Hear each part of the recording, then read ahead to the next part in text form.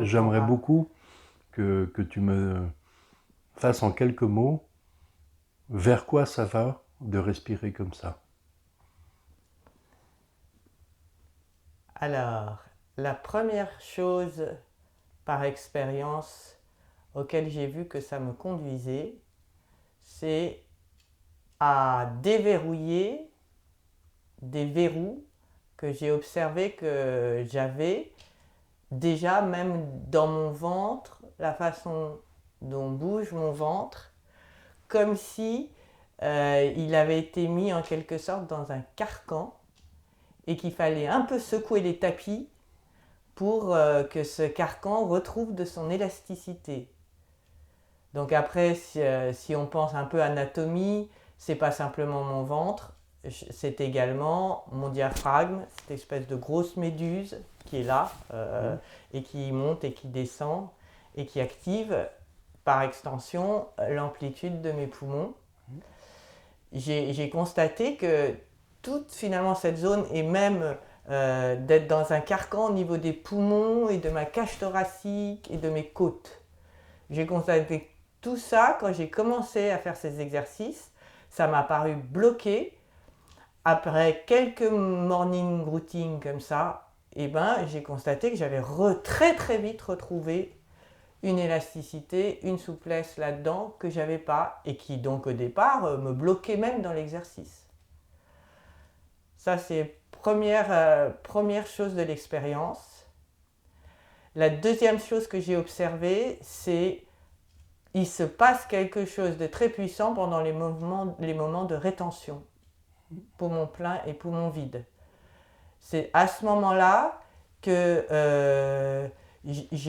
ça a naturellement coupé toute forme de pensée parasite et que j'ai l'impression qu'il y a comme une espèce de... Aussi bien mon corps est vibratoirement assez actif et ça produit dans mon cerveau un espèce de sentiment océanique de quelque chose qui s'ouvre et qui est beaucoup plus réceptif à mes sensations, perceptions corporelles ou énergétiques.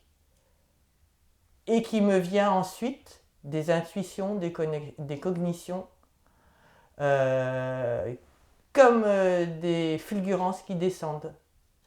Comme si j'étais connecté à une autre source d'information que celle que j'avais avant quand je n'avais pas respiré. Des fulgurances à propos de sujets qui te concernent? Oui, en général, c'est à propos de créativité dans des choses que j'ai envie de faire, ça m'envoie des idées sur comment les faire. Donc une différence de point de vue Oui, d'ordinaire. voilà. Donc là, je me dis, ah oui, j'ai changé de niveau de conscience en quelque sorte, et je vais capter l'information ou je me laisse traverser par un flot ou un flux d'informations qui n'est pas le même que celui avant de respirer. Donc là, je me suis dit, waouh, ça aussi, je trouve ça top. Ensuite, la troisième chose, c'est l'état d'être qui s'ensuit. Je vois que je démarre ma journée dans une forme de, comment dire, je suis prête à quoi qu'il se passe, quoi qu'il arrive, agréable, désagréable.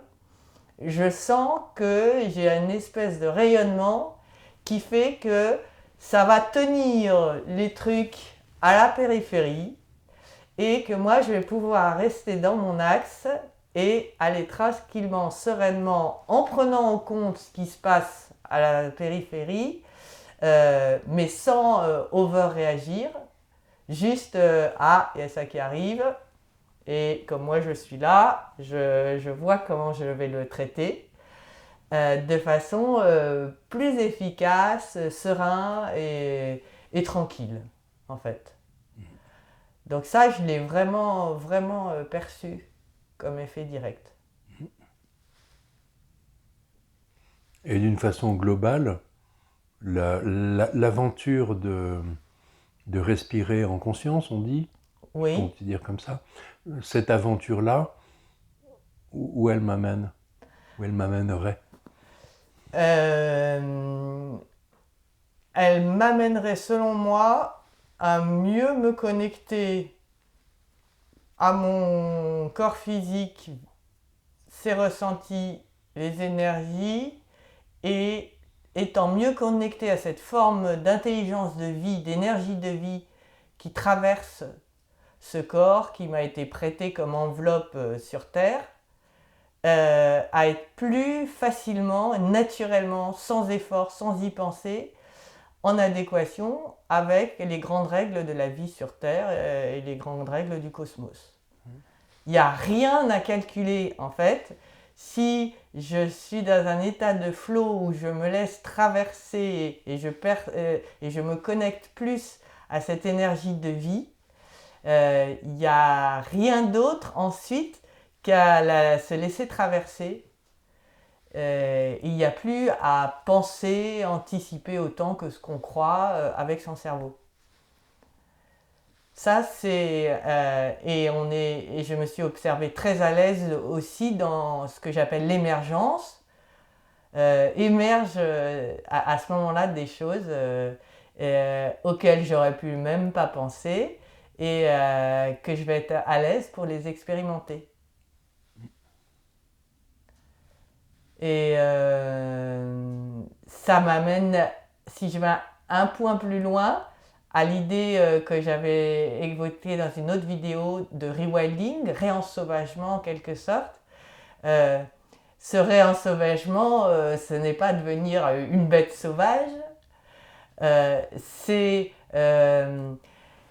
cette respiration coupe un peu les effets du préfrontal, du cortex préfrontal qui se situe là, c'est pour ça que je fais ce geste chez l'être humain et qui est un peu la spécificité du règne humain par rapport au règne animal notamment, qui lui donne différents niveaux de conscience. Mais là, ce cortex préfrontal, il a aussi engrammé les liens aux égrégores, aux idéologies, les croyances, les mémoires, pour certaines. Il est temporairement éteint par l'activation, l'hyperventilation.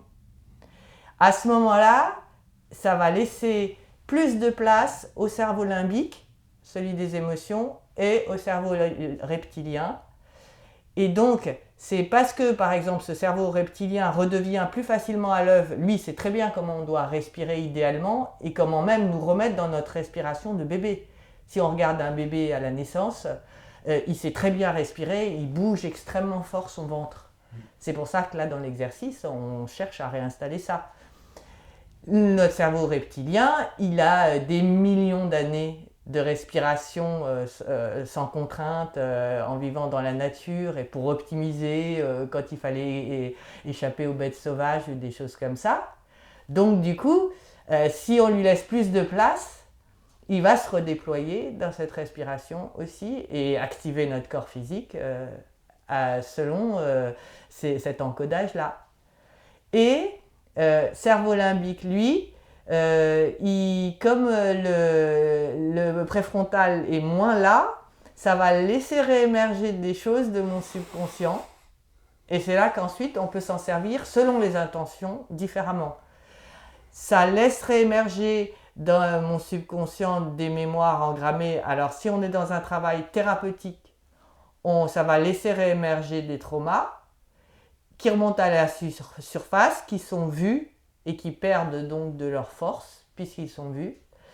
Si on est dans un travail pas thérapeutique mais plus recherche de créativité, ça va laisser réémerger une partie presque enfantine de nous-mêmes où on n'avait pas besoin de se creuser la tête pour savoir quel jeu on allait inventer. Donc cette créativité, elle est dans l'essence aussi de l'être humain, mais comme sur Terre, on voit qu'il n'y a pas besoin, la Terre n'a pas eu besoin d'apprendre à créer. À l'image de l'univers, ça crée en fait en permanence. Et ben nous aussi, on est comme ça si on se laisse être dans cette dimension de création, de créativité. Et voilà, deux grands domaines, il peut y en avoir beaucoup d'autres. Le stress en est aussi un troisième, parce que donc cette hyperventilation a plein d'effets physiologiques sur notre corps. Les rétentions, en fait, ça agrandit notre tolérance au CO2, ce qui fait que derrière, quand on respirera, on aura des respirations beaucoup plus amples, moins saccadées. Quelqu'un qui respire ample, c'est quelqu'un qui est beaucoup plus posé, calme et pas hyper réactif à un environnement qui est potentiellement stressant. Ça change aussi la chimie dans notre cerveau au niveau de la création de dopamine. Donc il y a des respirations qui sont conçues pour activer la dopamine dans notre cerveau. Pour des gens qui sont potentiellement déprimés, ça va être fantastique. C'est-à-dire qu'ils vont pouvoir à volonté se dire « Waouh, là je commence un peu à avoir des idées noires ou je vois le truc en noir. Hop, 5 minutes de dopamine breathing et hop, dans mon cerveau, ça a changé la chimie de mon cerveau. Et c'est là que je vais voir que de changer cette chimie de mon cerveau me fait voir la vie sur un tout autre point de vue.